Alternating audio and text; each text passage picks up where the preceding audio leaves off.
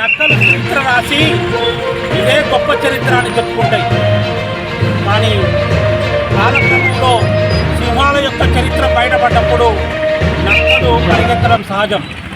కాబట్టి స్వతంత్ర పోరాటంలో సమసమాజ నిర్మాణంలో ఎందరో మహానుభావులు బడుగు బలహీన వర్గాలకు చెందినటువంటి వీరయోధులు కాలగర్భంలో కలిపినటువంటి సందర్భం. ఆ కాలక్రమంలో మన ప్రాంతానికి ఉమ్మడి ఆంధ్రప్రదేశ్లో నంద్యాల, నెల్లూరు, నొస్సం గ్రామానికి చెందినటువంటి ఒక పోరాట గెరిలా యోధుడు ఒడ్డె ఓపన్న గారు జన్మించడం నిజంగా చరిత్ర సువర్ణ అక్షరాలతో లిఖించబడినటువంటి సందర్భం. ఆ వడ్డెర ఓపన్న జయంతి చాలా ఉత్సాహంగా మేము వేడుకలు చేసుకుంటున్నాము. అదేవిధంగా మా వడ్డెర ఓపన్న ఆ రోజు బ్రిటిష్ కాలంలో ఎదిరించి కొట్లాడిన వ్యక్తి మా వడ్డెర ఓపన్న. అదేవిధంగా మా వడ్డెర ఓపన్న మన చాకల ఎల్లమ్మతోటి కానీ మా సోదరు పాపన్న గౌరవ కానీ వీళ్ళందరితో ఏకమై చేసి బ్రిటిష్ వాళ్ళను ఎదిరించి కొట్లాడి ఇంకా పరిపాలన చేసుకుంటే వాళ్ళను తరిమి కొట్టి పండించిన యోధుడు మా వడ్డెర ఓపన్న. ఈరోజు మేము ఒక పండుగ విధంలాగా చేసుకుంటున్నాము. అదేవిధంగా మాకు కాంగ్రెస్ ప్రభుత్వం ఏర్పడ్డ మొట్టమొదటిసారి మాకు రాష్ట్ర స్థాయిలో గుర్తింపించినందుకు కాంగ్రెస్ పార్టీకి కృతజ్ఞతలు చెప్తున్నాము. ఇంతకుముందు తెలంగాణ ఏర్పడ్డ తర్వాత టీఆర్ఎస్ ప్రభుత్వం కేసీఆర్ గారిని మమ్మల్ని ఏ రోజు కూడా మా వడ్డెర సంఘాన్ని గుర్తించలేదు.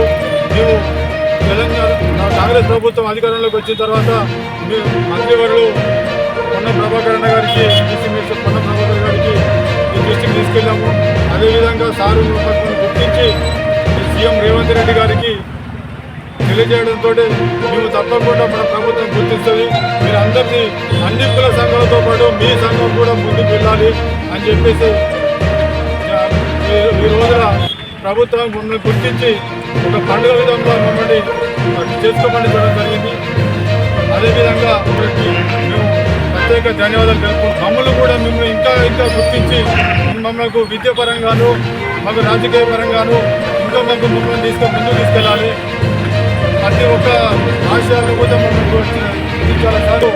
ఒక ముందడుగు చేపించాడు ఉండాలి అని దయచేసి. నిజంగా ఆనాడు బ్రిటిష్ ప్రభుత్వానికి వ్యతిరేకంగా మన హక్కుల కోసం మరి మన పేదరిక నిర్మూలన మీద మరి అణగదొక్కే కార్యక్రమాలు చేసిన దానికి మరి ఆ ఓపన్న గారు ఆనాడు వాళ్ళ శక్తి సామర్థ్యాలను నరసింహారెడ్డి గారి మరి సైన్యంలో మరి పోరాడి మన హక్కులు సాధించేంత వరకు మన ఈ పెద్ద చాకిరిని కానీ తర్వాత అన్యాయాలు కానీ ఎదిరించి మన వడ్డెర సోదరులకు మరి నిజంగా పిల్లలు లేస్తే తట్టాపార కాదు. మరి మీరంతా ఇప్పుడు చైతన్యవంతులుగా చదువుకొని మీ పిల్లల్ని కూడా చదువు మన కలము కాగితం అనేది కావాలి తప్ప తట్టాపార కాదు అనేది మనం. ఎందుకంటే ఇప్పుడు విద్య అనేది ఎవరి సొత్తు కాదు. చదువుకున్న ప్రతి ఒక్కరికి రాజకీయంగా కానీ ఉద్యోగపరంగా కానీ చదువుకోవాలి, ఆర్థికంగా ఎదగాలి. మనం ఈ సమాజంలో మనం కూడా ఒక రాజకీయంగా ముందుండాలనే ఆలోచనతోటి మరి ఓపన్న గారి ఆశయాలను తీసుకొని మన ప్రతి ఒక్కరం కూడా అన్ని రంగాల్లో ముందుండాలని ఈ అవకాశం 19 సంవత్సరాల క్రితమే అంటే ఇంగ్లీష్ వాళ్ళు 300 సంవత్సరాలు మన భారతదేశాన్ని పరిపాలించినప్పుడు ఐక్యంగా లేక ఈ దేశం ఒక 500-600 దేశాలుగా ఉండేటువంటి పరిస్థితి ఉన్నప్పుడు ఒక వడ్డెర ఓపన్న, ఒక దుర్గబాజ్ ఖాన్, ఒక సర్వే పాపన్, ఒక కన్నమదాస్, ఒక పండుగ సాయన్న, ఇట్లా ఒక భగత్ సింగ్, ఒక రామ్జీ గోల్డ్, ఒక కొమరంపి, ఇట్లంతా వీళ్ళంతా కులాల వారీగా చూసినా ఆర్థికంగా అప్పుడు అత్యంత మిక్కిలి ధైర్యవంతులైంది త్యాగాలు చేశారు. దేశంలో 100,000 గుళ్ళు ఉన్నాయంటే తక్షశిల, పాటలీపుత్రం, హంపి, విజయనగరం ఇలాంటి శిల్ప సంపద అంటే దేశంలో ఎంతోమంది త్యాగాలు చేశారు. జలగర్బాయి, లక్ష్మీబాయి మోసాలు చేసి వీళ్ళందరినీ ఇంగ్లీష్ వాళ్ళు చంపి త్యాగాలు ఎప్పుడు మర్చిపోలేము.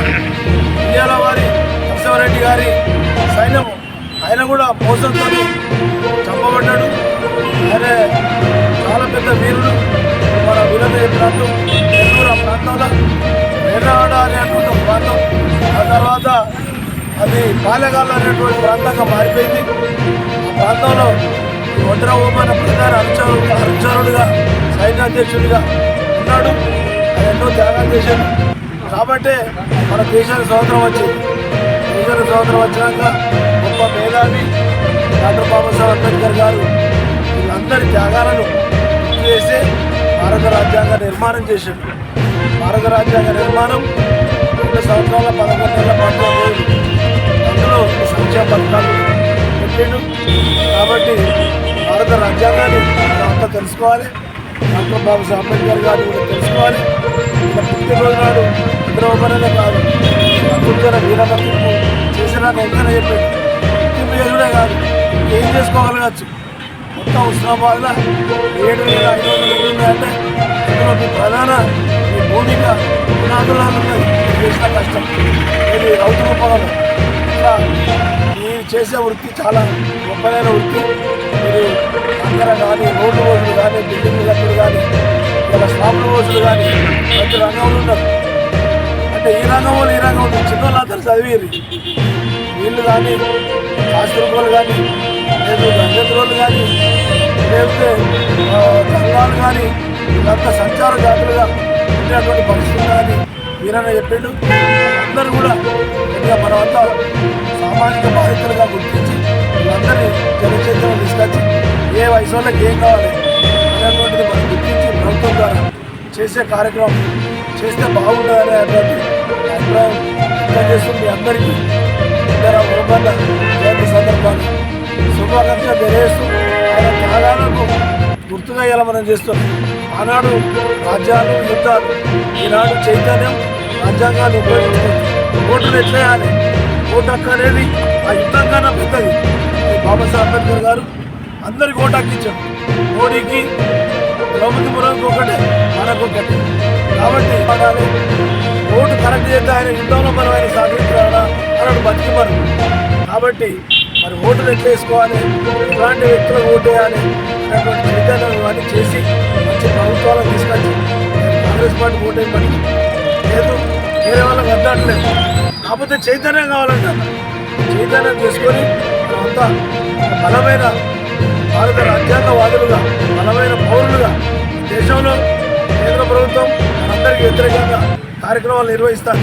దాని గురించి ఇంకా డీటెయిల్గా చెప్పాల్సింది మన చైతన్యంలో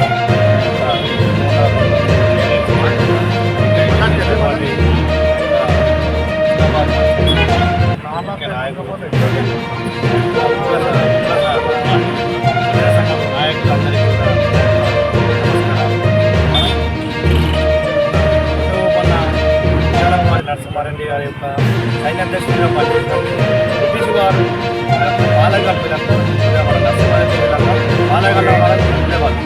ఈ పాలెగాళ్ళందరినీ దౌర్జన్యం చేసి వాళ్ళ దగ్గర నుంచి ఉన్న వాళ్ళ యొక్క ధనాన్ని కానీ వాళ్ళ యొక్క అధికారాన్ని కానీ వీళ్ళు ముందుకునే ప్రయత్నం చేసినప్పుడు మన నరసింహారెడ్డి యొక్క సైన్యాధ్యక్షుడు నిశ్చితంగా పోరాడారు.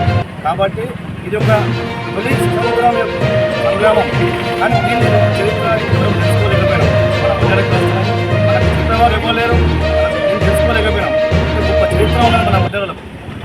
అదేవిధంగా రాను రాను మన ఉద్యోగ కులస్తులు లేని మన దేశంలో ఎలాంటి నిర్మాణం లేదు. ప్రతి దానికి మనమే పునాది. రాయి వేయాలన్నా, బిల్డింగ్ కంకర పెట్టాలన్నా, ఏ చేయాలన్నా, మట్టి చేయాలన్నా కూడా మెయిన్ ప్రాధాన్యం ప్రతి నిర్మాణానికి మన ఉద్యోగ కులస్తులు లేని ఏ నిర్మాణం జరగలేదు. ఇప్పుడు కొద్ది మిషన్ వచ్చి మన ప్రాధాన్యత అనేది నిర్మాణంలో తగ్గింది. కానీ మనకు పూర్తిగా తగ్గలేదు. ఖచ్చితంగా మనం లేనిది ఎలాంటి నిర్మాణం లేదు. కాబట్టి దయచేసి ప్రభుత్వాలు కూడా మా యొక్క ఉద్యోగులను శ్రమజీవులకు కాకుండా వీళ్ళు కూడా అధికారాన్ని కూడా వీళ్ళు అడుగులే అనే విధంగా ఆలోచించి మా యొక్క ఉద్యోగ కార్పొరేషన్ ఏర్పాటు చేస్తామని చెప్పి మాకు హామీ ఇచ్చినారు. కాబట్టి కాకపోతే మా కుటుంబంలో ఐక్యత లేక చూస్తారే అంత లేక మేము ఐక్యంగా ఉండి పోలీసులను ఏర్పాటు చేసుకుని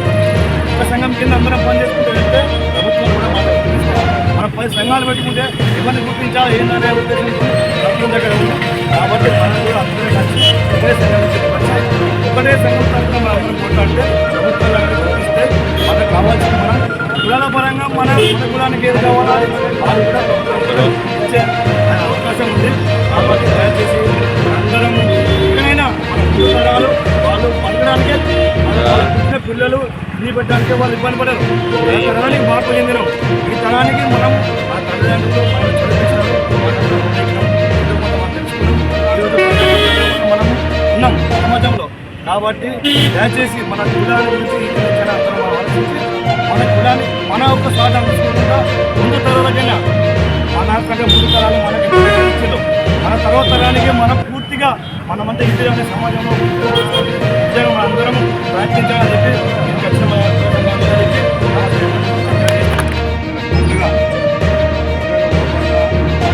19వ జయంతిలో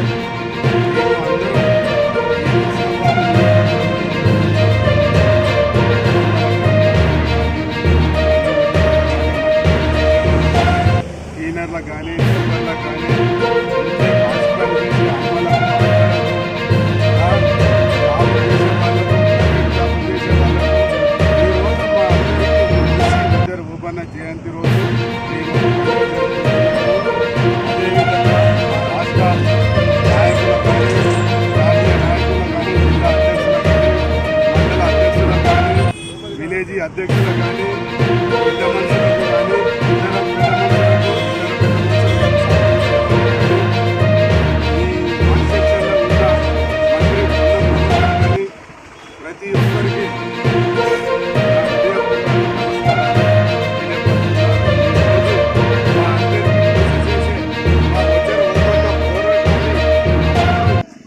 ఎంత పోరాటం చేసి జయించాడో మమ్మల్ని అందరినీ ఈ విధంగా కాపాడి ఈ రోజు మాకు పండుగ లెక్క మేము భావించి ఒక్కొక్క జయంతిని జరుపుకుంటున్నాము.